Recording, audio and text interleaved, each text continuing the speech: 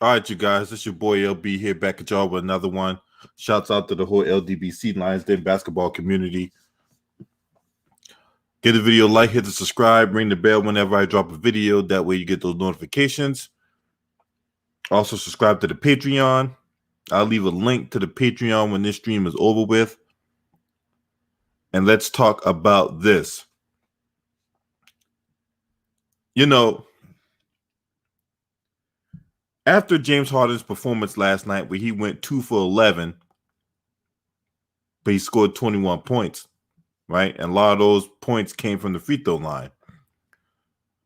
We really need to reevaluate these individuals we are calling superstars in the NBA. And one guy in particular is James Harden. Shout out to T. Jones in the building. Right? Now I'm going to pull up some articles and you're going to decide for yourself. Right? But before I pull up those articles, I'm going to do a rundown of James Harden's playoff failures during his NBA career. All right? Now, make no mistake, in the regular season, this guy is unbelievable in the regular season, right? Despite the fact he only has a limited move and skill set, right? I mean, you know, he did win the MVP. He did finish runner-up on 3 other occasions or whatever, right? But that's really not where your money is made, okay? That's really not where your legacy is built, right? This is not where your story is being told. Your story is being told in the playoffs. Anybody that we've give any kind of accolades, any kind of, status, anybody that we held in high regard, your Jordans, your Kobe's, your Shaquille O'Neal's, your Kareem Abdul-Jabbar's, Magic Johnson's, those guys in the world, right? We held those guys in high regard because those guys did it when it was money time, when it was time for the playoffs, when it was time to win the championship. These guys came through. These guys were the ones that shined the brightest when the lights was on.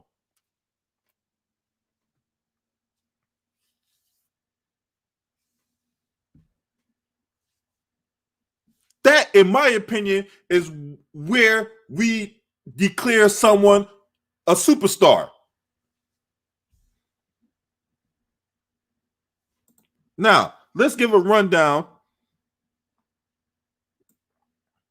of James Harden's playoff failures, okay?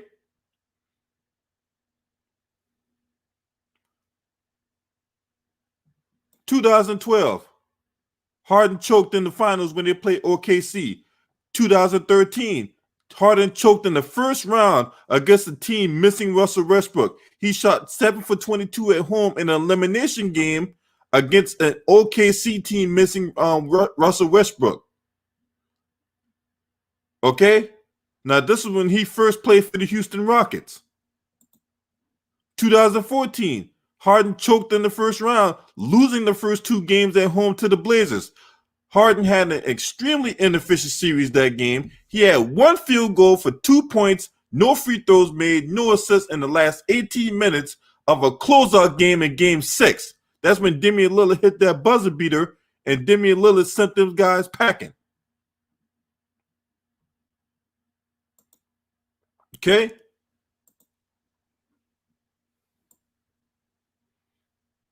(2015), he got benched in an elimination game in the previous round and needed Josh Smith, Corey Brewer, and Dwight Howard to save him.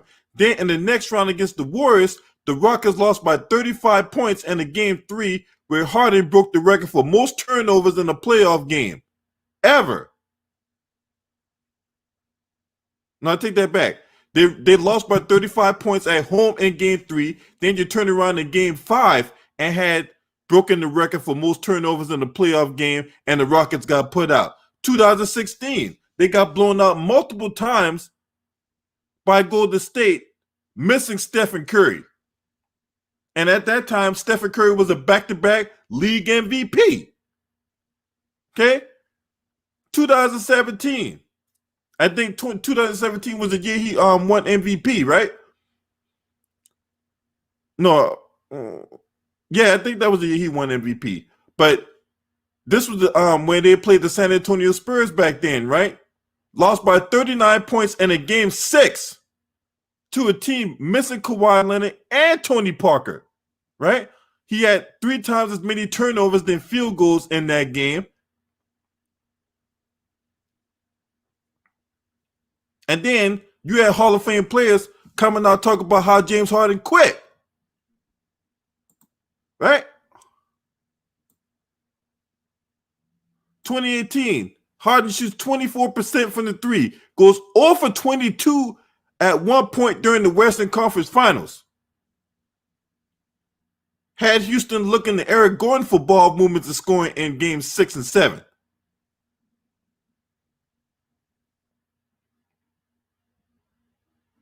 (2019) Harden shoots 11-25 from the field, 58% from free throws, and caused 6 turnovers, which accounted for 10 points for a Golden State team without KD, without DeMarcus Cousins, and a depleted bench. Oh yeah, and let's not forget about him. Let's also not forget about him missing key defensive assignments. Right?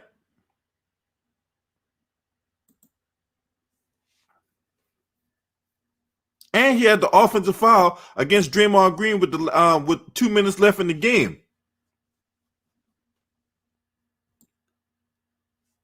And then last night,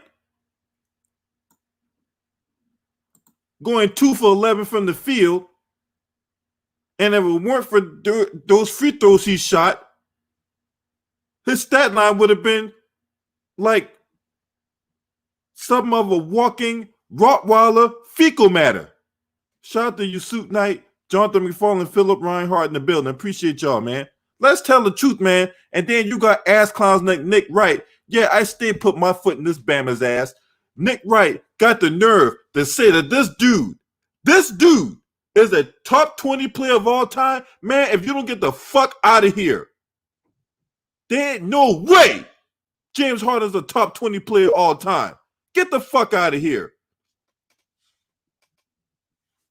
See, you let those Bammers in the media lie to y'all, and then you come on my page, you go on 2 Raw's page, you go on Ticket TV page, you know what I'm saying? Shout out to my brothers, man. You know what I'm saying? Mahari Nation Sports Podcast, you go fumigate that bullshit from Nick Wright and all these other Bammers on our pages, man. Stop giving these dudes passes. You quick to call people a superstar when they haven't earned it yet.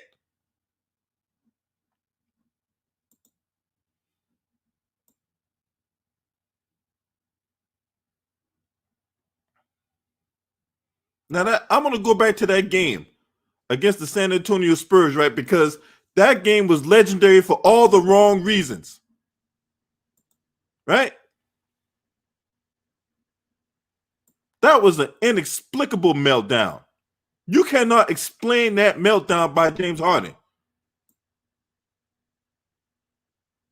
Now, this dude by the name of Andrew Sharp, who wrote this article back in 2017. Now, listen to what this article says. For one night, James Harden and the Houston Rockets proved every skeptic right.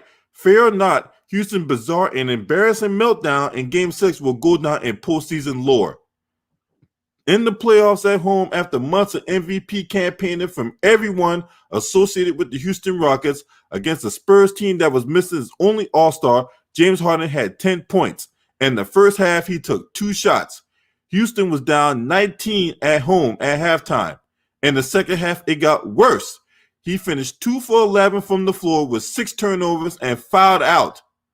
The Rockets lost by 39 points. When we think of legendary playoff games, it usually means games where a superstar breaks through and baffles everyone with a comeback, a shot, or a block that resonates with people forever. That night in Houston was the other kind of legendary. That was a game that will stick with James Harden for the rest of his career.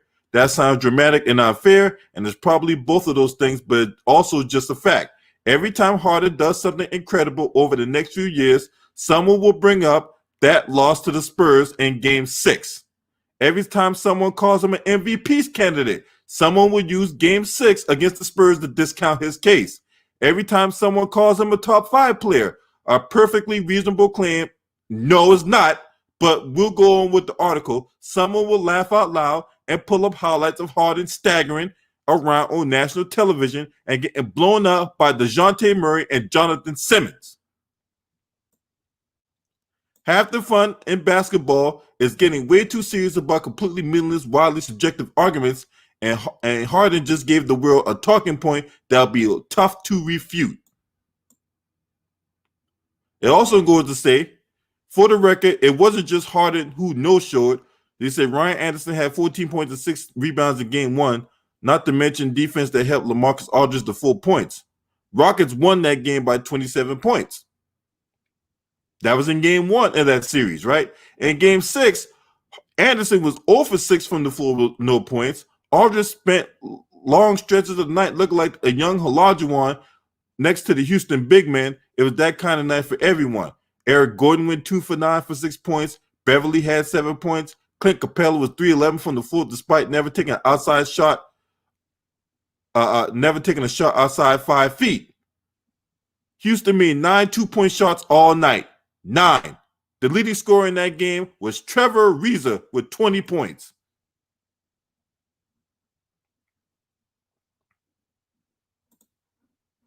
Mm-mm-mm. 20 points and 5 rebounds. All year long, this Rockets team has been dispelling stereotypes. They couldn't play defense. Mike D'Antoni wasn't an elite coach. They shoot too many threes. Ryan Anderson wasn't worth $80 million. He sure as hell not worth $80 million, right? Harden wasn't a leader. Couldn't produce in the playoffs. Every dumb Rocket stereotype was validated in Game 6. It's not to say that they can't fix those problems next year, and they still had an amazing regular season this year, but at least for a night, they proved every skeptic right. Now, this is not me saying this. This is coming from an article from Sports Illustrated. None of it was more stunning than Harden. His story actually started at the end of Game 5. Because remember, at the end of Game 5, right, with Kawhi Leonard struggling on the sideline, Harden finished 1 for 6 from the floor with 4 turnovers through the end of the fourth quarter and overtime. He had looked sluggish the whole time. He blew one look at a game winner in regulation, and then let 39-year-old Manu Ginobili tricked him to a block. Manu Ginobili blocked his shot at the end of the game. And that was a clean buck by Manu Ginobili as well. Right?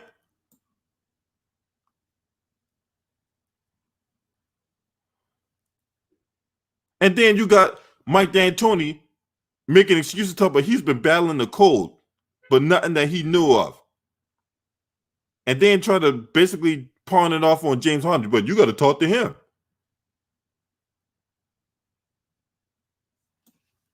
The most damning thing about James Harden was his lack of urgency. It started at the end of that Game 5. It continued to that Game 6. He basically deferred to teammates. Even his passes was careless. Now, this is me not saying this now. This comes from a reporter of Sports Illustrated. Who's saying this? All this stuff that we keep trying to tell everybody, and everybody keeps saying, oh, man, LB, man, you're just a hater, man. You know, all you do is hate on people, man. You know, you don't speak nothing factual about nobody. All you do is hate, man. You just go ahead and get the hell down. Shut the fuck up. Shut up. Shut the fuck up. Because these type of bammers make me sick. We go in there and giving you factual information about these players and whatnot. We giving them accolades they don't deserve. We giving them status they don't deserve either. We giving them all kinds of shit they haven't earned yet. And yet you want to come out here and fumigate my pants, calling me a hitter? Shut the fuck up. Shut the Marco hitting in the building, Brandon Nicholson, man. think tank. What's up? What up? That's right. We get turned up in this bitch today. Who's with me in this motherfucker, man? Who's with me when I say James Harden's a fucking fraud? Who's with me in this bitch?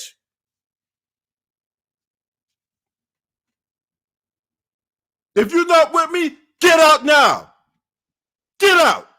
Get out now. Unsubscribe. Get the fuck out if you're not with me on this shit. This motherfucker's a bum. Year in and year out, we see the same thing over and over again. It's like watching the same fucking porno every fucking night.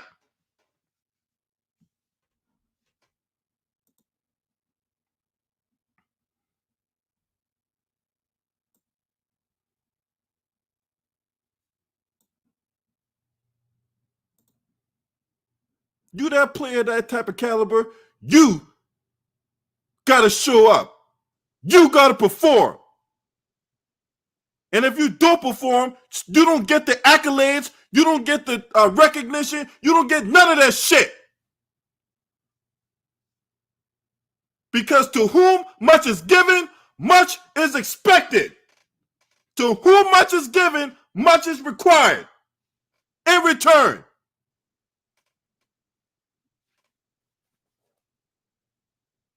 I'm going to say it one more time.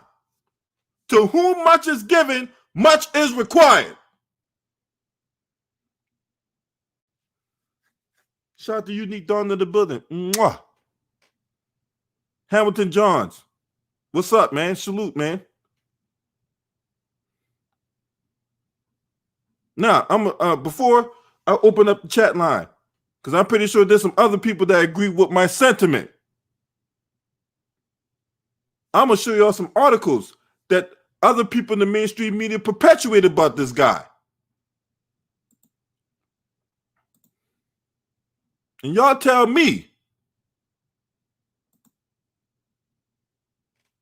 what's up with this. Shout out to Fastlane Jones in the building. Now,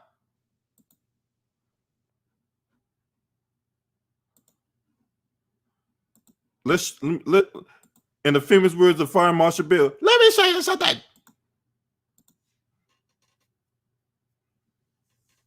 Look at this shit.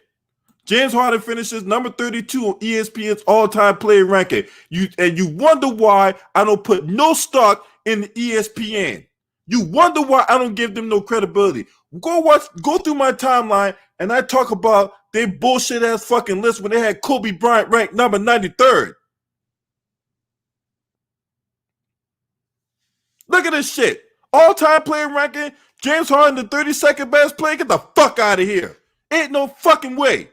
Ain't no fucking way. Let's go to the next article. Let's go to the next article. Bleacher Report. Look what they say. Look at this bullshit.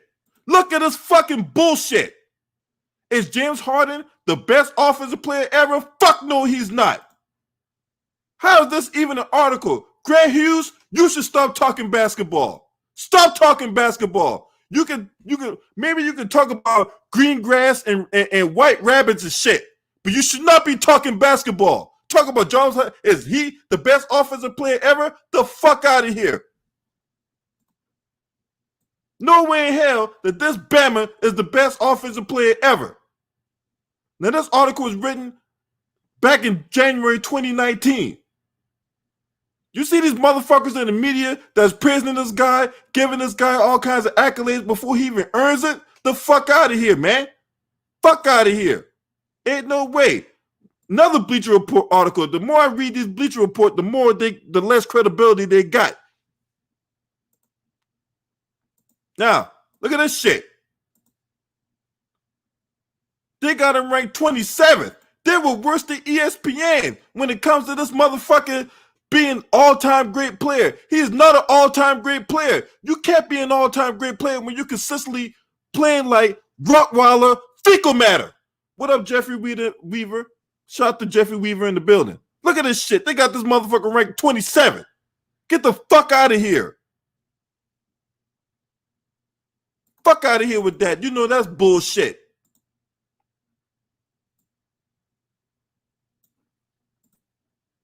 Now,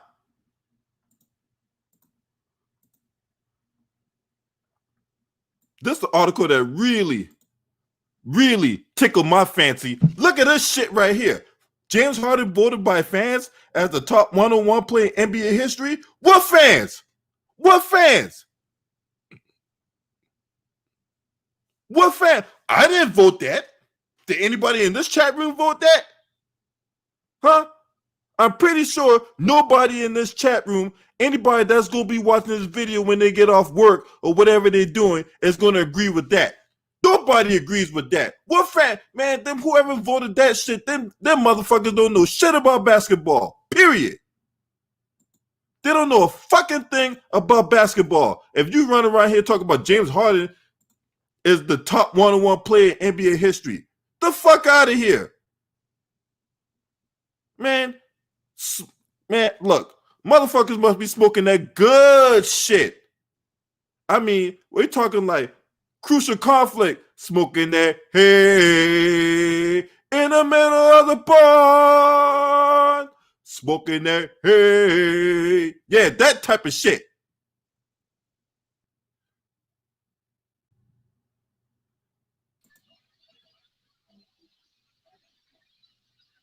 Now, I got two more articles, and then True the King, you will come in and give you an assessment on this, right?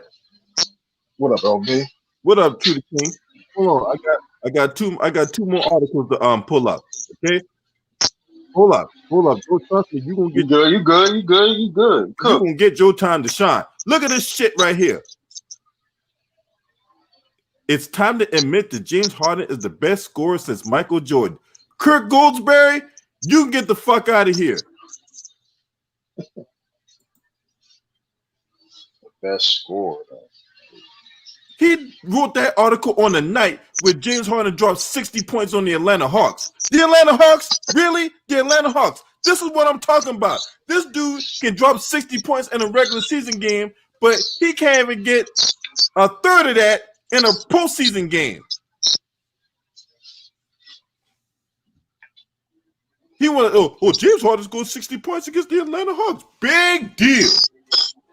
Where's that in the playoffs? Oh, yeah, that's right. It's non-existent. That's right. Fuck out of here. ESPN, you ain't got no credibility. Look at this one. Overtime Heroics. Last website before y'all get to come in here and cook on this shit. Right? Because this is bullshit. Look at this shit. Why is James Harden already a top 4 shooting guard on time? Really? A top 4 shooting guard on time? Fuck out of here. Fuck out of here. He ain't better than Michael. He ain't better than Kobe. He ain't better than D Wade.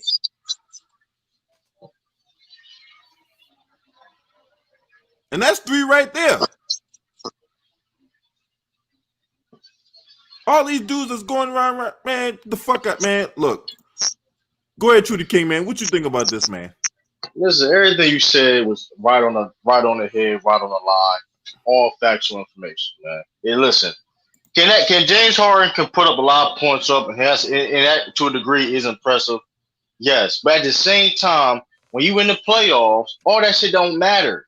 You in the regular season. Listen, I understand he averaged 35 points in the regular season, even though he do cheat the game with flopping and going to the line and all that stuff, which I don't like, but he get an amount of points. But at the end of the day, when he goes to the playoffs, where all that stuff is at, it's effective in the regular season, but when you're in the playoffs and people can game plan and take that stuff away, what your strengths is, what can you do?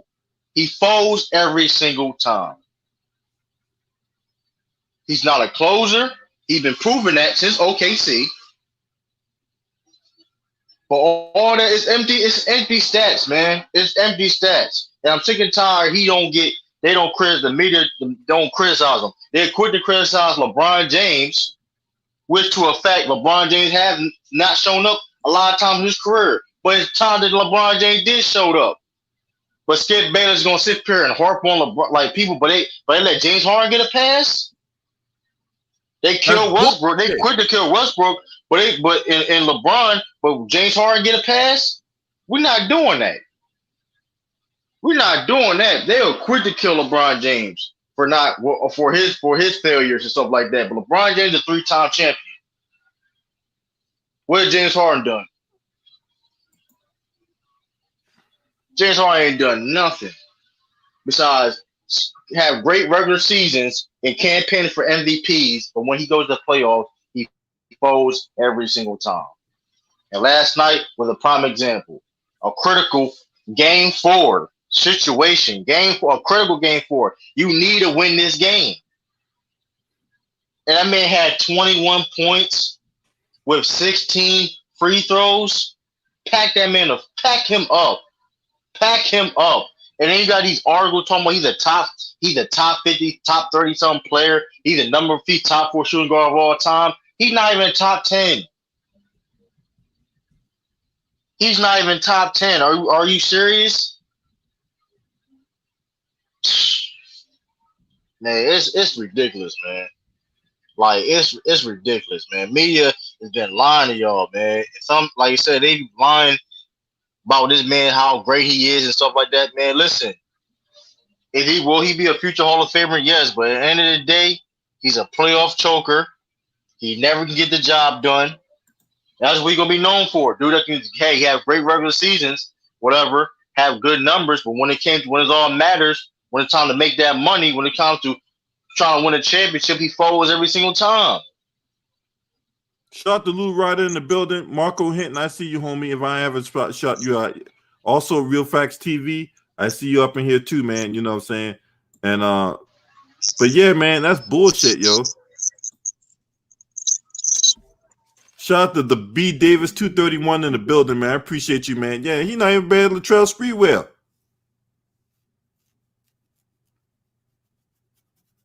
Oh yeah, Lou the Ryder. We talked about that. Talk about Daryl Morey, his analytics. Talk about, hey, come on in, Lou the Ryder. Come on in. Anybody else want to come in? I got a link right here, man. You know what I'm saying? Put the link in the chat room, and you guys get to come on in and tell me how you really feel. You know what I'm saying? But yeah, man, Daryl Morey did come up with that bullshit. That's how they took that and ran with it. Daryl Morey came out with his little analytics, right? And I tell y'all before, Daryl Morey shouldn't be the GM of the Houston Rockets. He need to be GM of he need to be the GM of General Motors. Hell, he can also be the general manager of General Mills. What do you want, Lamont? Because I know you can come in here with that bullshit, man. Go ahead, man. Go ahead with your contrarianism, man. Here I come to save the day.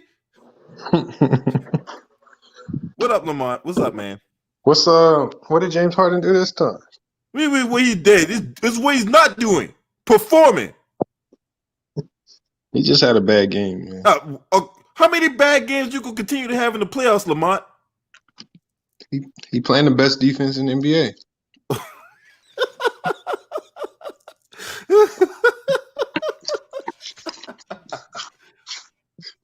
Okay, so please elaborate.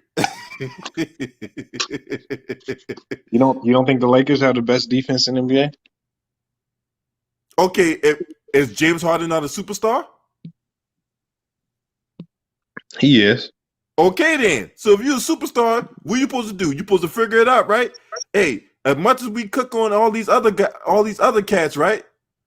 They supposed to be superstars. They get double teamed. Look, we destroyed Devin Booker for him crying about getting double teamed in a pickup game, right?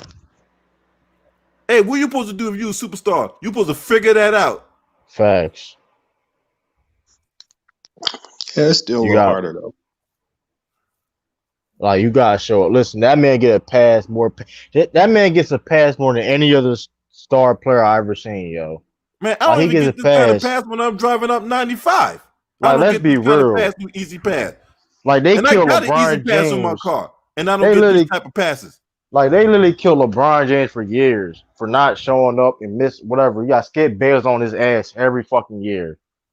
But James Harden get a pass. Fuck out of here, dude. Hey man, I like that. I like that username in the building. Shout out to Drunk Kyle Corbin. That's a good name right there. I like that name.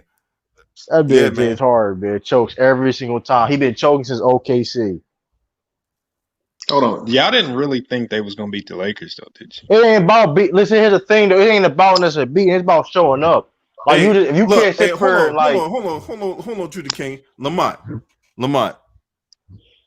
I didn't think they was gonna beat the Lakers, but you got to make it interesting, man. You supposed to be one of the best players in the league, right? You supposed to be an MVP candidate every year. If you beat the Lakers, you take one step, you take a step forward into repairing your legacy because people are saying that you're a choke artist in the playoffs. So if you beat the Lakers, right, you take that step. Shout out to Stephanie Dudes in the building.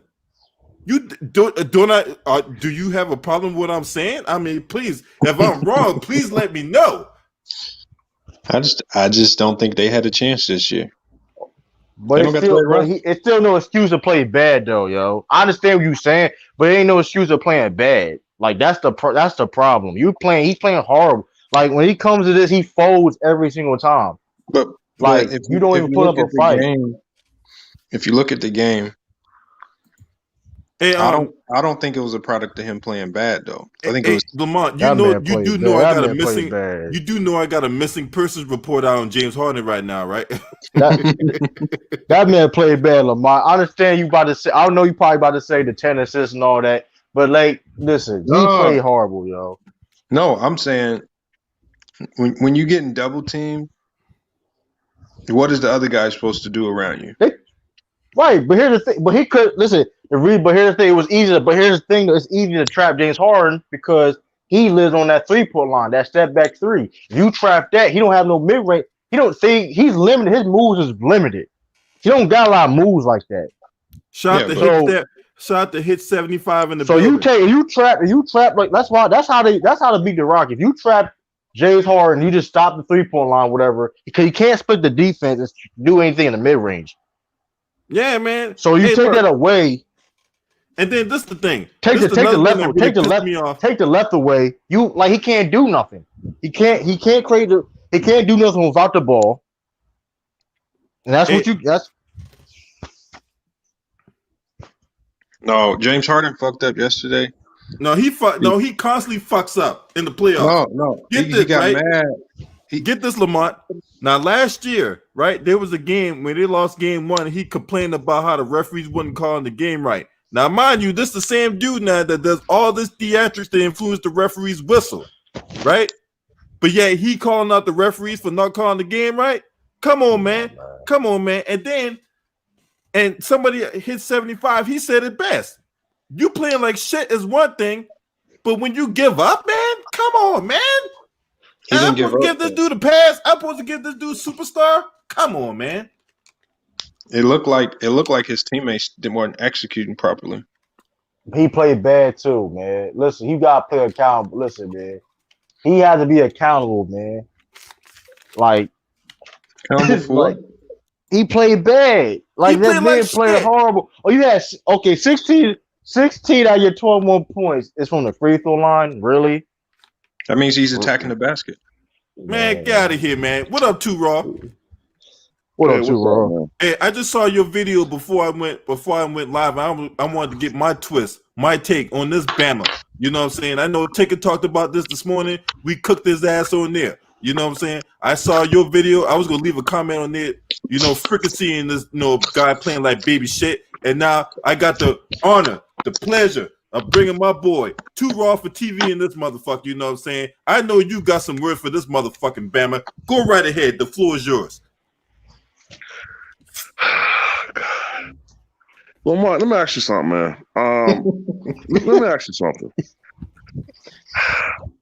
You're not noticing a persistent pattern of underperformances by James Harden in the playoffs, especially in pivotal games, like a type of game where his team could gather momentum, or just straight up elimination games. You don't notice that he, tends to, I guess, shit the bed constantly. You don't notice that? Yeah, but I don't think he shit the bed this series. You don't?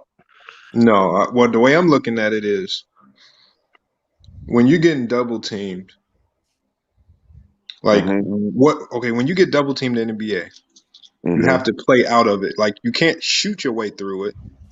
That's damn near impossible in today's NBA. You have to pass your way out of it, and you have to pass them into going back to playing man-to-man. And from what I saw the last couple of games, when the Lakers have been doubling and zoning up on Harden's side of the court, guys are staying stagnant. So they're running a 5-out offense with the weak sides not cutting to the basket. That nobody's diving to the rim on 3-point shots. Nobody's diving to the rims on drives. And those are like some of the core principles of 5-out.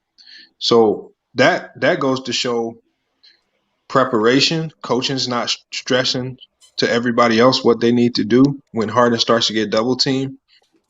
And now you're leaving Harden on an island because he's swinging the ball out to guys like Westbrook at the end of the shot clock, and you forcing players like Westbrook to go one-on-one at the end of the shot clock. And so I don't look at it the same as everybody else because there's certain things that everybody else needs to do to make them stop double teaming. This the thing. It's not just Harden. It's actually more on Westbrook, which is why I have officially stopped making excuses for him. I love Russell Westbrook, but his decision making out there on the court, you know what I'm saying? You're ISO, and you're still ineffective out there, and you still make stupid decisions. And like you said, he's played good the last 2 games. No, I don't think so. He shot over 50% in both of the last 2 games. He limited his turnovers. He didn't shoot a lot of threes. He shot 50% from the 3-point line. Yeah, but a lot of those makes they came like in times when like the game was already decided. No, it didn't. Because Yes, I did a whole video on it. That's what Ticket said. So I did a whole video on it, and that wasn't true. Yes, he did. A lot of those made threes. The lead was already like close to 20 points. No, because in the other game, he hit a 3-pointer to start the fourth quarter off to give him a lead by 1 point to start the fourth off. But we're talking about yesterday's game, right? In yesterday's game, they made their run late. So when they were making that late run, those weren't frivolous points. Those points mattered because it looked like they could potentially come back and maybe tie the game at one point. Yeah, and that really was just because of LeBron, you know what I'm saying, in my opinion, coming back in the game to try to pad his assists and point totals. But, I mean, whatever.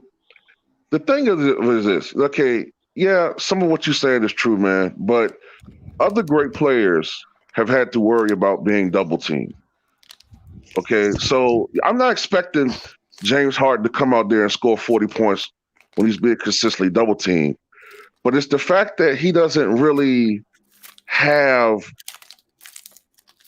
enough moves. Like he doesn't have, you know what I'm saying, if the defense takes something away from him or take 2 things away from him, then he becomes extraordinarily limited. You know what I'm saying? Like other guys, they could go to other things. They could go to other, you know what I'm saying, spots on the floor. Like if the defense is taking something away from them, they could go to something else. Okay, yeah, some of it is the guys, you know what I'm saying, like they're not moving out there. They're like, you know, basically stationary and keeping them on the island. I get that. But it's, to me, the thing that hurts him the most is his lack of variety in his offensive repertoire. He can only do really 2 or basically maybe 3 things. Yeah, He has zero. He has zero off-ball game, yo. He has zero off-ball game.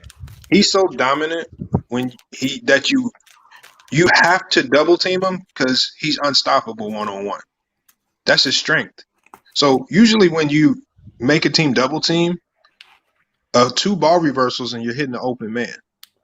The Rockets are what guys are doing. Like, have you looked at the last couple games? They reversed the ball twice. PJ Tucker get it in the corner. He hesitates. Instead of shooting a wide open shot, he's not ready to catch it. He's fumbling the ball. And that split second where he's open is now gone. The Lakers are able to rotate back, and now you've wasted that possession because now the shot clock's dwindling down. And you got to give it to Westbrook, and he has to try to make something happen at the end of the shot clock. It's small stuff like that got him pissed off. Then I sent Ticket TV. I sent him an email at halftime. I said, look at James Harden's body language. I said, I can tell that he's pissed off at his teammates because they not executing. I said, they're going to lose this game and they're going to lose this series because now he's in his own head because now he's getting pissed off at his own teammates. When they were winning games, they were playing together. They were talking on D. They weren't getting mad at each other. Now the frustrating starting to set in. Now they're getting mad at each other. Now you see the infighting. That's what's going to kill them, and that's what's going to that's what's essentially put them in this situation, this 3-1 hole. It could be a case of here we go again in their head. Hot damn hole, here we go again. No, it's just a what I'm puzzle.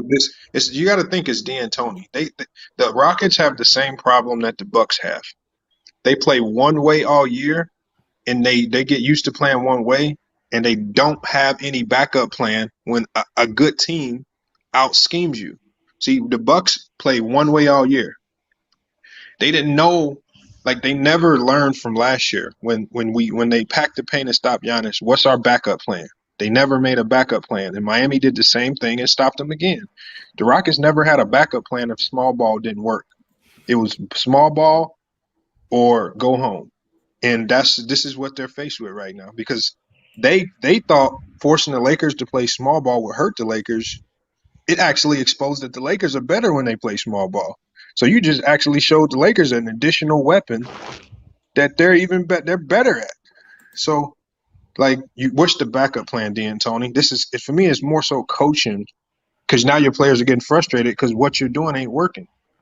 I see it. Like, I can see stuff on the court because I played, and I'm thinking this is not necessarily all on Harden. I'm looking at some of these other guys, man. They are not executing properly, especially Eric Gordon on defense and offense. Man, look, all what you're saying might be true, but at the end of the day, he the leader of that team. He needs to have his day in court. Period. We're not gonna give this not that the man first no time, pass, man. This not the first time, man. We've seen this man choke for years, man. That's just okay. Like that's the whole thing, though. And everything he's saying, most of it is true, whatever. But it doesn't matter. That man have not shown up year and year again, multiple times since the OKC days. Like he was in the finals. That man disappeared. I didn't even remember him even on the court. He was so irrelevant. Like, and this is a pattern. Like Two Raw said, it's a whole pattern. Him playing. This is not surprise. Like you cannot honestly at this point you can't put. I'm gonna put my money on James Harden. Like no, like I would never do that. Like I would never sit there. It's like James Harden. We gotta worry about nothing. We got James Harden on the team. Like no, like he comes up short every single time. Because like I said, Two Raw said, he's limited what his abilities can. So if you take that away, he's not limited. What can he do? He's not limited. He is limited. He is limited. If you he has no off how ball many game. players in the NBA can constantly torch a double team? It's only maybe 3 players in the NBA who can really do that. Man, look, I don't give a fuck about all that, man. You get paid all this money, and all you do is play basketball. People like me, what I'm saying, I got to worry about network configurations and all that type of shit. What I'm saying? Make sure items talk to each other. You know what I'm saying?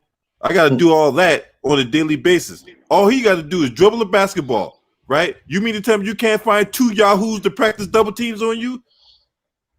I'm pretty sure there's 2 yahoos that you can pay $500. Hey, James Harden. Hey, me and Two-Raw, right? I'll pick Two-Raw up in my car. You down in where I live. You an hour away from where I live at Two-Raw. But look, they're running a drop coverage on them. Hey, James Harden, me and Two-Raw, I'm going to pick up Two-Raw from his house, right? We're going to drive down to where you at, and we're going to practice us double teaming you, all right? Maybe, just maybe. Your offensive game will it's evolve. Not the double team. It's what happens after the double team is what's confusing the Rockets. It's the drop coverage. They're taking away the corner threes. So that's why you saw AD get so many passes when they were trying to swing it to the wing. And this is something that D'Antoni has to make adjustments on because they're running drop coverage on all them corner passes that are usually open when they split the double team or even when they drive. Like, you got to see through sometimes the basic trap. It's not to trap. It's to help. Like AD's stepping. Whenever they split, AD's standing right there. So now he splits the trap. Now he has to deal with AD. Or you have to deal with guys like Caruso walling up. You're already tired as fuck from getting trapped. He struggled because the Lakers are playing really good defense. They're playing really smart with him. They're not allowing him to dictate how they play defense. They're making him, they're dictating what he does. That's team defense. Man, look, he a superstar. He got to show up, period. With segues into this, right?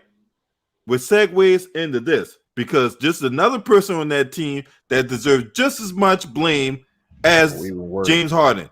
And we're talking about the one, the only, Russell Westbrook. Mike D'Antoni? That's No, goddamn Mike D'Antoni. We all know Mike D'Antoni should be fired. But this is the thing. Russell Westbrook. Goddamn fly. Got your trifling ass, bitch. Anyway, when it comes to Russell Westbrook, right? This guy, he plays with a lot of heart, but don't got a lot of brains. He's worse than Harden. He played good though. He's played good though. Man, really? That's all empty shit though. He ain't playing good. He ain't playing good defense. He ain't I can make a case he's not. Huh? He ain't playing good. He's their best defensive player right now. Man, I can't tell. What is he doing on defense? What's up with all these triple doubles that he was getting in OKC? Where are these triple doubles at now? I'm just like, he ain't hitting threes for. Listen, he's shooting too many. Like the reason why he's really not playing good because first he's not even doing. It's weird. I think y'all addressed this last night on Tigger's show. Like he, like when he was killing like before the season ended, right? He was balling. He stopped shooting a lot of threes. He was balling, but then he went back to the bubble. He's back to like his old ways, or whatever. It's like, yeah, he can get them 30s, whatever, but it's a little bit empty. It's like, it's okay. He didn't play horrible. He didn't play bad, but it's like I want to say he played great. I'm not gonna say he played. I'm not. The Lakers up. Listen, I'm like, it's like what he doing on the court is like it's not no impact. Yeah, it don't have an impact when you're down 20. When you getting fucking bust, when you getting drilled. Yeah, it don't have an impact. And you shooting too many threes. You shooting too many threes. He's not though. He's not though. Yesterday, what did he shoot from the three? He actually shot a decent percentage from the three yesterday. Man, he can't be shooting that's threes, rare. man. He's supposed to be attacking. Hold on. Who was their best 3-point shooter yesterday? Russell Westbrook. He was 3 of 8. And plus, the game before that, he shot 50% from the 3 at 2 of 4. And plus, he's not even a good enough playmaker. See, he complete play. He's not a good enough playmaker. Even like he don't even. First of all, Westbrook don't even fit in that offense. Let's just keep it like he don't even fit that offense. Nope. So it's like, yeah, I see he getting 30 points, whatever, but it's like he's not when you're not playing through the offense, whatever that's supposed to work. Like D'Antoni would, I blame D'Antoni too. He's nowhere near innocent. We all know that. But it's like you got a player that don't. It's not with the system, and he's just doing what he want to do. It's like he is playing through the offense, though. They're running 5 out. 5 out. He don't. But I'm saying he don't fit the offense. But 5 out is a read and react. But 5 out basically is telling your whole team, go play street ball. Shout to just Glenn Marie within in the parameters. Shout to Belly Ones in the chat room. Hey man, look, this the thing, right? Russell Westbrook, he got all the athletic ability, right? But he ain't got the brains God gave him, man. I tell you, because if there was one person who could have had any kind of significant impact on a positive level, is Russell Westbrook. He can get to the cup. He can draw fouls, right? While they focusing on James Harden, that'll be his time to shine. He has been shining. He not been. But why they down 3-1 then, Lamont? Because the other guys can't make a shot. Eric Gordon ain't scored shit. What has PJ Tucker done the last 2 games besides disappear? All right, PJ. Okay, hold on. Disappeared. All right, Eric Gordon disappeared. You're asking PJ Tucker. He was running though. He was running out there. You're asking PJ Tucker to defend Anthony Davis, okay? And then let's face it, Lamont. Let's face it, Lamont. When it comes to PJ Tucker, the guy plays 39 minutes a night and does a whole lot of nothing to begin with outside of play defense. So if you're relying on PJ Tucker, right, to be the offensive scoring punch, you're already behind No, the eight no, ball. Considering that he has to historically, keep the he has defense not done that. honest. He ain't Because done that historically. he has the highest corner 3-point percentage in the Man, NBA for a reason. And how often they gonna be out there shooting corner threes, Lamont? He don't, but he only needs to hit 1 or 2 of them a game to keep the defense honest. He ain't even doing that the last 2 games. But here's the thing, come though. on, Lamont. Come on, Lamont. Well, what's your point about James Harden getting double teamed, right? Why do you double? Why? Okay, you're Russell Westbrook, and they double teaming James Harden. That's like, why you like? You supposed to be an MVP, and they doubling somebody like that don't even make sense. Man, look, there's no excuse why you got 2 MVPs on the roster, right? And they doubling somebody like that's unexcusable. But you have to double team Harden. Harden's going to score. I understand why, but I'm saying that's what I'm saying. But if Westbrook was that effective, then it's like, okay, you gotta, you know what I mean? You gotta do something. The NBA, every team plays percentages. They're gonna allow if they're gonna allow anybody to get 30, they're gonna allow Westbrook to get his 30 because in most cases he's gonna shoot a poor field goal percentage. But he's actually shot a good field goal percentage the last couple of games. It's been the other guys that have been atrocious. Russ has been doing. He had 30 and then he had 25. Shot over 50% in both games. Like you can't. That's a blessing with Russell Westbrook if you can get a 50% from the field with him and only 3 to 4 turnovers. Yeah, and he's not chucking up threes. Look who disappeared. Eric Gordon disappeared. Jeff Gordon. Look how bad Jeff Green has been playing. You right. Listen, everybody playing bad. Like I'm not. Listen, don't get twisted. Everybody's playing bad. I ain't putting no. Listen, all of us playing bad. D'Antoni's playing bad. Bad coaching is bad altogether. That's really the whole point. But I'm just saying, he's hot. It's the style. Hold on, what is Vogel known for? We know Vogel's a defensive coach. He's a defensive mastermind. He showed that in Indiana.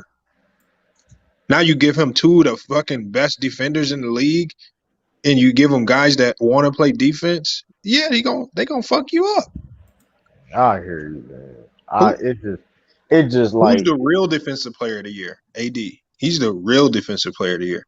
You got him in your back line with LeBron, with Kuzma, with Rondo. That's a lot of defensive IQ back there. Man, look, Rondo having the best. That's what I'm saying. Rondo having the best series in Westbrook, low key. You got to figure that out. I don't give a fuck. You got to figure that out. Rondo outplaying Westbrook, low key. He is. So that's what I'm saying, though. And that's what I'm saying. He's just doing stuff more efficiently. Like he's leading it. Like he's a veteran. It's not anybody necessarily the numbers. Like he's leading he's running the offense. Like he's making it easier. Rondo's a champion. Rondo's a champ, though. He's learned from the best. He's a chump. But you know what it is? His IQ. Hold on. Rondo. Oh, hold on. Time out. I was wrong about Rajon Rondo. I'm sorry, Rajon Rondo. Playoff Rondo is a thing. Okay. I don't know why. Y'all people. I'm sorry. Rondo. I am so sorry, Rajon Rondo. Look, when y'all too raw for TV know this, man. Too raw. You know, playoff Rondo is a thing. I mean, Rondo's always been a great playoff performer ever since he was with the Boston Celtics. Like it's something about them playoffs time. Rondo elevate his game. But nobody was questioning if he was playoff Rondo. It was just his conditioning. I didn't think he was going to be that conditioned this quick. Man, look, we ain't talking about Rajon Rondo. I want to hold James Harden to court. He's on trial right now for all these playoff atrocities, man. He's on trial. They got to put a better balance around them, and they need James Harden. They need a new offense, man. They need to play. He need to play better. They need a new offense, man. That small ball shit ain't gonna work. Hey, fellas. Hey, hold on. Shaq the Kid, what's up, man? What you got on this James Harden? What up, homies? Hey, before I get on to James Harden and Russell and all them, I just saw a notification on Ticket Video and Daniel House. They say he's been kicked out the bubble. Yeah, I just saw that. That's why I was calling you, LB. That's why you was calling me? Yeah, I saw it on Ticket Video on the notification that said that he got kicked out the bubble. That boy's an idiot, man. Hey, the NBA is fake as hell for that. Why? Why you say that? Why you say that? because it's two other players who got caught doing the same thing and that didn't get kicked out, but we didn't hear no story about it. So my thing is, Yeah, can I he? did not hear no story about that. So there's no way. J.R. Smith got caught doing some sneak shit like that.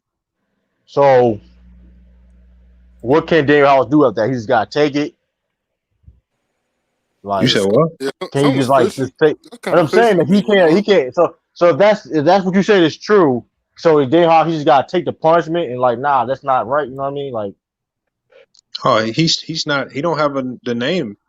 Daniel House could be out. right.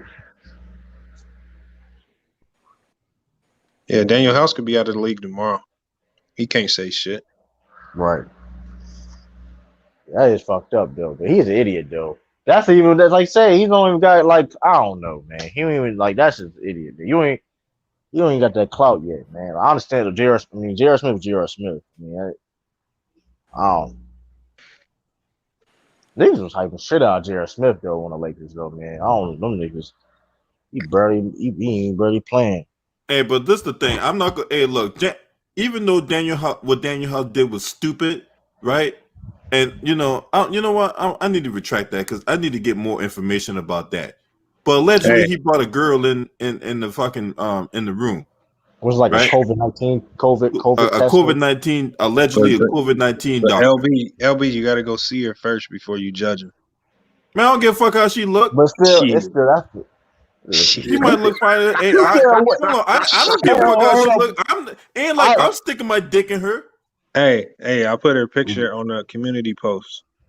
Okay. I seen the picture. On your channel? Yeah, you might have to retract that statement, LB. Man, look, I don't give a fuck about none of that, man. You know what I'm saying? I'm just fucking with you. Nah, I wouldn't arrest it either. I wouldn't arrest it. Yeah, I mean, like he was going to the championship though, maybe, but he getting put out. So they be getting put out soon. Hey, but this is the thing. It don't matter because Houston Rockets gonna be right there behind him. Shit. That's what I'm saying. It's like why he could have waited for all that. Yeah, for what it's worth, you know what I'm saying? He could have just chill out in the hotel room until the team got eliminated tomorrow night. I understand. I understand he was going. I understand. Like they almost fucked up. With Lou Williams. I understand. Like you was going to NBA Finals for a fact. But like, and you got to echo. That's Lamont. Whoa shit. Hey, don't bite my shit. Hey, go ahead. Hey, shout out to my boy James Hayes in the building, man. Hey, James, if you want to come in, you know what I'm saying? There's a link in the chat room. Come right on in. That's hilarious, though. That big. James. That's probably that's more why they probably frustrated too, man. Shit like that, like damn, like we don't. The Daniel House was consistent for them though. He was consistent rebounding wise. He would help them rebound last night. Shooting. That's a loss for them from their bench. He was. Was he starting? Nah, he would come on the bench. He would get good key minutes though. He would get good key minutes.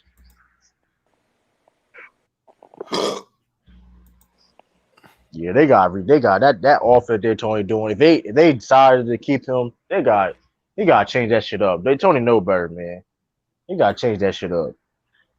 Lazy ass offense. This is like the laziest offense I've ever seen him doing this. Like that shit's crazy. I mean, that D'Antoni offense, man. It's good. It's exciting to watch.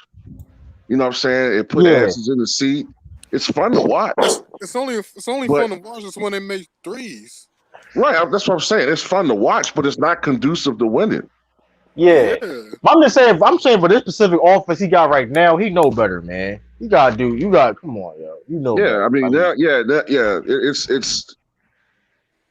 I've heard though. I don't know how true this is, but I've heard that D'Antoni doesn't like the team that's constructed. It's more Daryl Morey.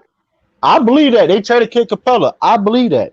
Hey, that's you said Daryl Morey don't like the team that's constructed. They traded Kid Capella. I believe that. I've heard that D'Antoni doesn't actually really like that they made certain moves. Like he doesn't like the team that's constructed, but it's more Daryl Morey believing in analytics and and whatnot. That's a good point. That's what I've heard now. You know what I'm saying? I don't know. That's what I've heard. But I mean, Clint Capella got traded, so that's. I mean, That's a good point. Now, I don't like Daryl Morey either. I told you how I feel about him. When you kick Carmelo Anthony to the curb the way he did, 10 games into the season, treating these players like they're components in a fucking car. Word. He ain't quick to trade motherfucker, man. Yeah. They about to trade all these. They about to trade all these motherfuckers though. And ever since then, it's been crashing their face. Well, they about to trade all these people. Watch, but he going. Hey, he about to get shown the door. Word. That's right. All about analytics for it. Analytics don't win. Listen, analytics not everything, man. Like that shit's stupid. Like, that's right. That motherfucker about to get shown the door. Analytics, another analytic, you getting fired. That's an analytic. Get out. That Get out of man, here. Hey, shout out to Tracy dimension. Jordan in the building. Hey, Tracy Jordan, good to see you. Long time no see, man. Where you been hiding at? Get out of here. That's what Lakers gonna do to the Rockets tomorrow night. Hey, Raw, that's the Busta Rhymes song for back in the day. Yeah, I saw your video, man. You were right about James Harden too, Raw. It's like Harden cares too much about numbers rather than winning. And Russell Westbrook, he's a nice player, but he plays out of control too much, you know? Man, at this point, it's unacceptable. Kind of right that he did. Yeah. Russell Westbrook, he did play well in the last 2 games, but it wasn't enough because it's not enough. At this point, it's unacceptable for James Harden to play the way he does. Okay, it's unacceptable. It is unacceptable. It's not always in the playoffs. And always had these Harden fanboys like Atlantean making excuses for him every time he loses. You know what I mean? It's annoying. Well, he's a devout Rockets fan. What do you expect from him? You do have a point, but you can be a fan of a team and not be biased. You know what I mean? Yeah, you can't be biased though, man. Like it's a shame because James Harden, like me, James Harden got talent. That's the fucked up thing about it. He got talent, but it's like, yeah, you could do this in the regular season, all that stuff. Why you can't do that in the playoffs when it matters? Like if he was averaging 35 points in the playoff, if he was doing the same thing he was doing in the regular season, and he was doing the playoffs, then it's like, okay, now we talking. Now it's like this man right here is killing, but he's not even doing that. Facts. So it's like. And here's the thing. I know you have other guys out there who are up and down playoff performance like Paul George and Damian Lillard, but they don't choke as bad as James Harden. What do you think? Because Paul George and Dame, they are up and down in the playoffs at times. Listen, man, KD was out game 6 elimination game, and he can't get the job done. I mean, their performance doesn't fall as dramatically as James Harden's does. Like, I mean, during the regular season, James Harden puts up historic numbers, but you know what I'm saying? Like, the playoffs is inconsistent. Right. In the playoffs, like I said before, James Harden, he put up historic numbers in the regular season. But, in these playoffs, he's a historic choke artist. Oh, Until he be playing like fucking Rockwaller fecal matter. And Zach, I agree, LB. And he doesn't play discipline. He takes stupid threes sometimes. In the playoffs, it's a whole different level. And then exactly. I like James Harden. I mean, I like James Harden, but the dude doesn't play discipline down the stretch. And that's why they're in this predicament right now, being down 3-1. And if you're the Rockets, man, again, I know how good the Lakers are, but if they lose in 5 games, man, it will be a big disappointment. Hey, to Raw. Mm-hmm. Wasn't Hershey Hawkins the same way for the Seattle Supersonics? He was good in the regular season, but never showed up in the playoffs. It's a lot of people, right? Yeah. Al Harrington like that in general. Mm-hmm. For the most part, he wasn't a consistent playoff performer. Exactly. Al Harrington was like that too. Al Harrington for the Knicks back then, also for the Nuggets. Sorry, he didn't make it for the Knicks, but the Nuggets was he can ball. He did. He can ball in the regular season, the playoffs. He was horrible in the playoffs. Yeah, man. I mean, also Tracy McGrady. Like, who do you think is the worst playoff performer, T-Mac or Harden? Harden had way more opportunities. Harden had opportunities, like legit opportunities. I think Harden had a lot more opportunities. Tracy McGrady is bad, but Harden got a lot of opportunities. Yeah, I have to say Harden because McGrady's never made it out of the first round, and his sample size is smaller. So and like you said, it's just the situations with Harden have been so dramatic. Like I remember him with the Spurs so many years ago. 10-point game. Right. I actually thought watching that game, I actually was suspecting that he was throwing the game on purpose. He was, and I'm watching the game. Like they were down, they were down by 40. They lost by 39 to a team without Tony Parker and Kawhi Leonard. Like, come on, that was sad. I forgot how bad that game was. I remember that game was so embarrassing. That game was so embarrassing. It felt like you had to watch a movie. That's how bad that game was because it's like, bro, no Tony Parker, no Kawhi Leonard, and not only do you lose that, you get killed by almost 40. You lose by 39. Come on, dog. James Harden could have won a chip. Like it's bad, and it's worse because James Harden could have won a championship. He could have. You can say the same thing. The thing killed me is I heard y'all earlier talking about James Harden getting double team. He can't do nothing. Hello, happened to Kawhi Leonard been getting double teams to the start of the playoffs. Facts. That don't mean nothing though. Like, thing about James Harden, he is limited. Right, but the thing is, James Harden is limited. Like he can't do nothing without the ball in his hands. Exactly. So Harden doesn't play good off ball. Harden needs the ball to be effective. Kawhi doesn't.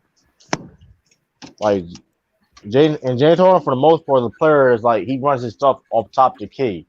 You don't never see him work on the wing, post up, or you never see him on a blight. He don't switch it up. Exactly. He relies to step back three at the top of the key or at the wing, shooting that step back three. And he relies too much on free throws, man. Yeah, he relies on step back threes, live it. Like he was killing, and he was even killing the mid range though. He not even does that. If he was doing that, they'd be like, but it's like. It's crazy. He's limited. I know one thing though. If Michael Porter gonna run his mouth like that, he better show up in the playoffs now. You better play well now, because again, I know how good the Clippers are, but let's think about this, guys. The Mavs took the Clippers 6 games, right? But remember, Kristaps Porzingis was out half of the series. Maybe if KP was fully healthy in that series, who knows what could have happened? And the Mavs might have won. The Mavs would have gotten bounced anyway. That's what I know would have happened. I mean, they would have got bounced anyway. They would have lost. They would have lost. I do think they would have won 7 games. I do think that. But if you're the Nuggets, if they lose, I think you got a Big Mac stuck in between your teeth saying that, Gideon. No, I'm not. They won 6 games, man. I'm not. It could with the 7 games though. I do agree with that. It could with the 7 games. They would have lost. 5 and KP got ejected the first game. Think about that. I know it's in the third quarter, but you never know what could have happened in that game. You know what I mean? I still think the Clippers would have won the series. I'm just saying that it would have been a difference. It would have been a tougher series. That's what I'm saying. I'll be real with you though. Be real with you. It went to 6 games. To be honest with you though, Clippers didn't take the Mavericks that series. They should have beat them in 5. To be honest with you, Clippers did not take the Mavericks that series. And plus, not only did he also disrespected the Los Angeles Clippers in that interview last game, talking about they ain't that good. And I'm pretty sure they're gonna show him how good he is today. Oh yeah, and if you're the Nuggets, the Clippers are a great team, but if they lose in 5 games or something like that, it will be a disappointment for Denver. Well, in my opinion, is expected because look, I told y'all. Well, I don't know if I told y'all whatever like that, but I did a video about this. Right, that first game in the bubble where they played the Washington Wizards. Right, they were playing all lackadaisical, careless turnovers. Guys out there not caring about nothing. You know what I'm saying? They should have wiped the fucking floor with the Washington Wizards. No. Mike Malone with this fucking wacky ass rotation, a wacky ass starting lineup, and guys they went out there and committed like 23 turnovers in that game against a Wizards team who had no business being there. Right? Yeah. It is like they just had auditions like the week before the bubble. They had auditions about who want to play basketball, and it just took the first 10 people. Mm-hmm. That is true. Denver has been too inconsistent this year, man. They don't have an identity. That's the problem with the Nuggets. They don't have an identity. No, they play like chicken nuggets. That's what they play like. They're the Denver McNuggets. Yeah, you just took my fucking thing, Gideon. They play like chicken nuggets. Yeah, chicken nuggets. Yeah, big time. And the Clippers are eating them up right now. So, yeah, I think the series is over today. I think the Clippers will understand it. Okay, let's not joke around this team. Let's put them away. You know, let's not get this team any life for Game 6. Let's end this in 5 so we can have rest for the conference final. That's what I think the Clippers will do. Lakers. Hey, too wrong. Hey, you still doing your autopsy reports? Yeah, that's definitely most likely gonna be the attitude. Yeah. They're gonna. Hey, you might. Hey, you need a coroner. Not at them here too. The series is over. Hey man, hey, Yeah, cause of death. Cause of death. Claw side. Yeah, that's right. Claw side. That's what it was. Clippers and Lakers. That'll be great. The Clippers are one game away. The Clippers are one game away playing the Lakers in the Western Conference Finals, a team that they been wanting this whole season. You know they're gonna be ready to beat this team. Lakers. I want you. I know the Lakers. I know the Lakers wish they was a stable center though. They would have more of an advantage. I want you. This bubble, the bubble. The Clippers. Now, I'm gonna tell you why though. I'm gonna tell you why. Because they play. Let's say, okay, if there was no COVID, whatever, they would play in the Staples Center. It'd be right to normal, right? That's Laker Nation, man. You see, even the Clipper home game would be like all Laker jerseys. That is so. It's like, yeah, but that's why they move into Inglewood in a few years. Right, that's what I'm saying. But that's the bubble helps the Clippers a lot because the even playing field. Exactly. Well, if they did play at Staples Center, if you think about it, it's still an even playing field considering Not really, nobody had to travel. No, but still though. But I'm talking about the fans though, LB. I'm talking about the environment, LB. It's gonna be the majority of people. That. Man, the hell with that. I'm telling you, I still have the Clippers winning that series. I'm just saying they would be Lakers have a better, you know what I mean? They will have a little bit, you know what I mean, more like energy. Yeah, energy. You know what I mean? It's like it's weird like that. Like, man, look, that man, it no matter if they playing in the bubble or in LA. That shit's gonna be jacked. I think it's gonna be even more jacked if things were normal and they were playing the Staples Center. I think things would be even more jacked. If they it would like the city of LA would be fucking. First of all, ain't nobody going to Dodgers games for one. Okay, True. For two, and more importantly, man, the city of LA would probably be divided between Lakers and Clippers fans. Nah, it's gonna be majority Lakers, man. I watch majority Lakers, but still. It's crazy though. That's why they move. That's why they moving. Cause it's like let's learn every time you watch a Clipper versus Laker game, Jordan don't be Laker fans, yo. It'd be crazy. About the same Laker fans who hated LeBron when he first got there. We still hold on, Luda Ryder. We still hate him. Okay. Yeah, we look. It's a little dead. It's a little subsided right now because the Lakers are winning. But make no mistake about it. We don't like that motherfucker. Go ahead. Don't like along them Laker fans unhappy, man. That's all. Let's go Boston. Well, good luck today, man. Think about it. LeBron James is the same guy who told Kawhi Leonard, look, in 2 years the team is yours. Basically, you get to respect the man. That was disgusting. And I'm kind of glad Kawhi did not go to the Lakers, man. Because I'll be honest with you, if he would have did that, that could have been the first, you could say, unbeatable super team. That would be crazy. You had LeBron and Kawhi on the same team. And Anthony Davis, LeBron, I ain't gonna hold, and you would have boosted LeBron James' legacy.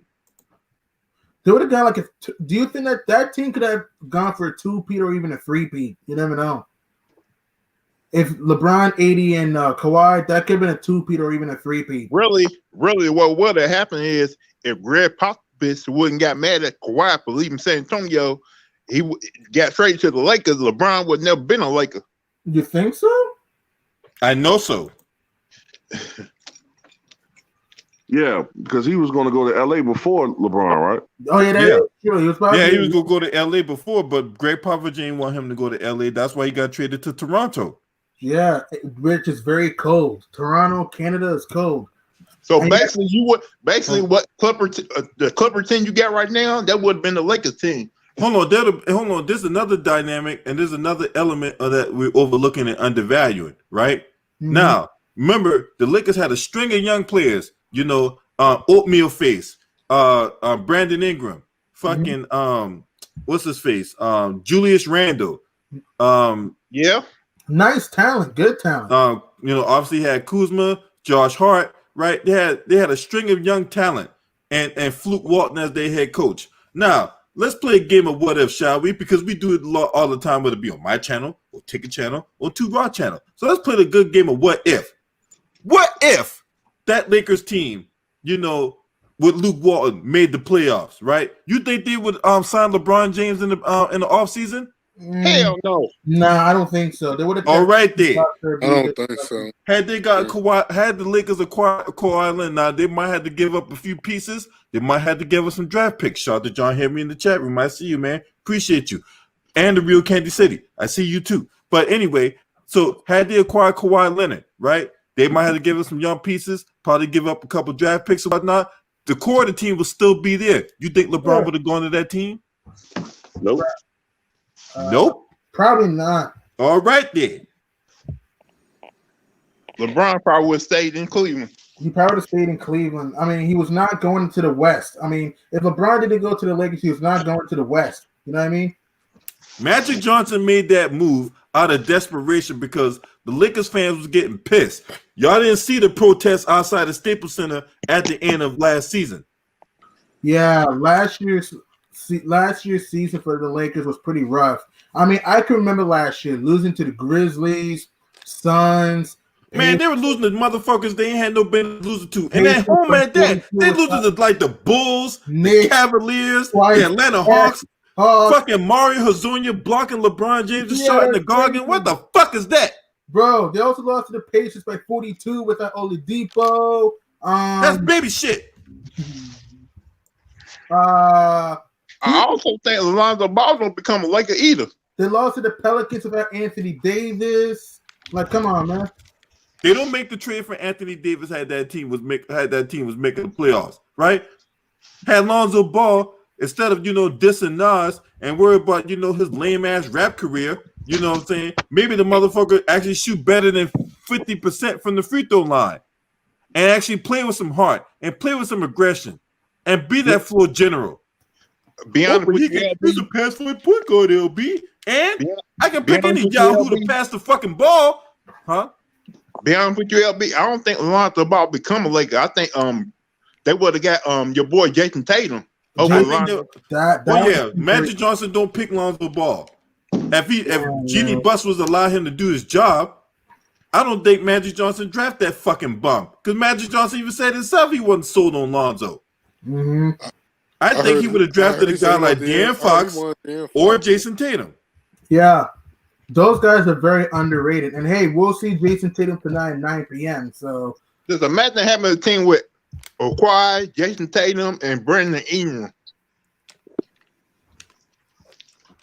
Yep, I can imagine me eating a cheeseburger right now with bacon on it. You know what I'm saying? Pretty much, yeah. I feel you, man. And that reminds me. You just had to say something right behind me, Gideon. I just messaged you, man. Yeah, right. Speaking of Jason Tatum, so I got the Raptors pulling off this win. What were you guys? No, I agree with Two Ron when he said in his Thanos voice, "The end is near." Hey, this is the night where Jason Tatum got stole. If he's a superstar killer. That's true, though. That's true. I think it'll be a very down to the wire game, but maybe this is the game that maybe Spicy P can show up. Maybe. Man, look, he ain't showing man, up. look. That man, Jaylen Point, Brown, that man pocket. At this point, Spicy P playing like spicy shit. Yeah, Jaylen Brown, that man pocket, man. That ain't gonna happen.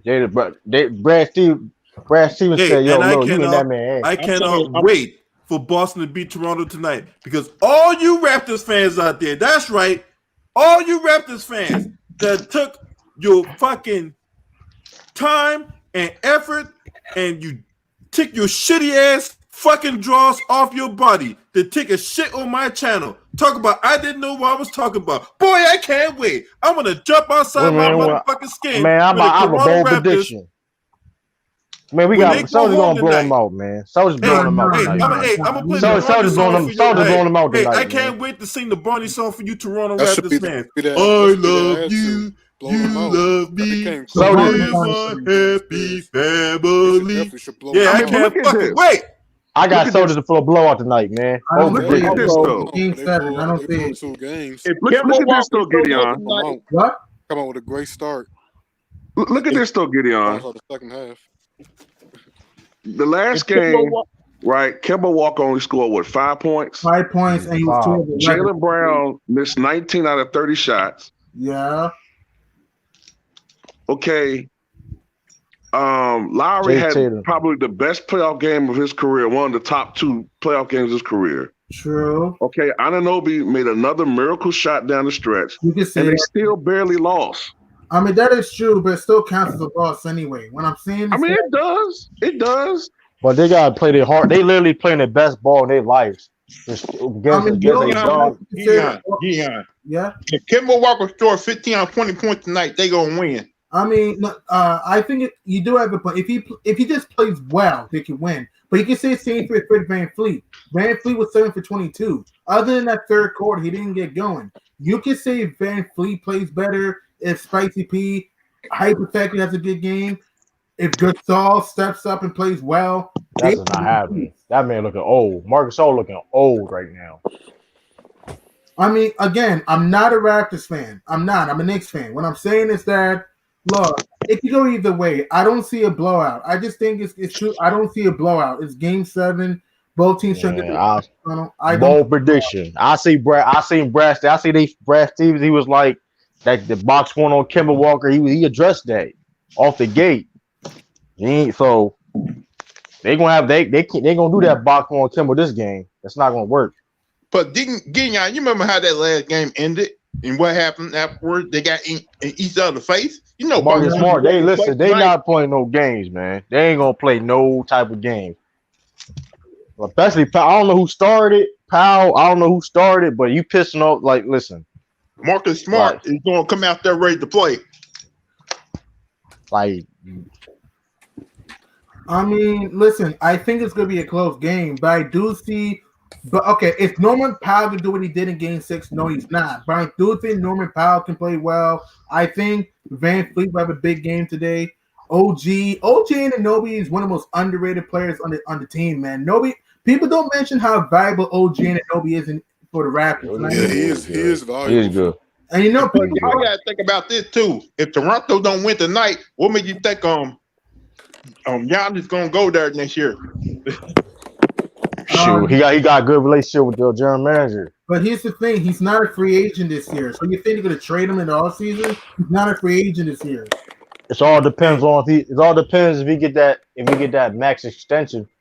If he depend on he. Hey, I gotta end the stream here. I gotta take care of some business, y'all. But I appreciate y'all for coming in. Don't worry, Adrian Barbie. When you get your ass beat tonight, I'm coming for that ass. You know what I'm saying? So I'm gonna be back in here later on. Smash like, hit subscribe, man. This your boy. Scream at me. Boom!